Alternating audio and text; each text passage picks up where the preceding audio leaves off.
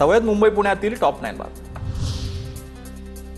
विसर्जनासाठी मुंबई महापालिकेचे 10,000 कर्मचारी तैनात असणार। मुंबईत 70 नैसर्गिक स्थळ आणि 290 कृत्रिम तलावात विसर्जनाची व्यवस्था, तर चौपाट्यांवर सुरक्षेच्या दृष्टिकोनातून 2178 जीवन रक्षकांसह 56 मोटार बोटी तैनात।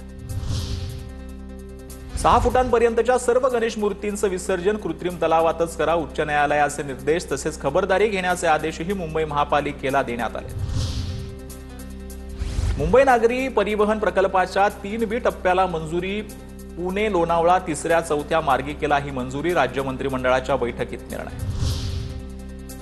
राज्यातील 52 रेल्वे गाड्यांच्या थांब्यात वाढ। दिवा सावंतवाडी रेल्वेगाडीच्या पेनमधील थांबा पूर्ववत सुरू। दादर सावंतवाडी तुतारी एक्सप्रेसला रोहा येथे थांबा।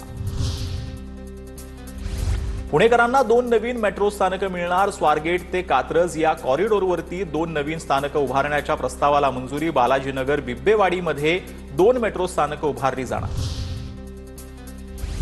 एक्सप्रेसवे आणि अटल सेतूवरून धावणाऱ्या शिवनेरी बसला फायदा होणार। टोल माफीमुळे एसटी प्रशासनाची महिन्याला 63 लाख रुपयांची बचत होणार।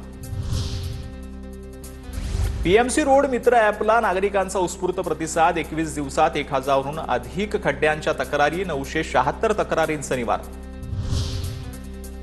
पुणे आणि पिंपरी चिंचवडमध्ये भटक्या कुत्र्यांच्या सुळसुळाट। वर्षभरात तब्बल 28,000 नागरिकांवर कुत्र्याचे हल्ले। भटक्या कुत्र्याचा बंदोबस्त करण्याची मागणी।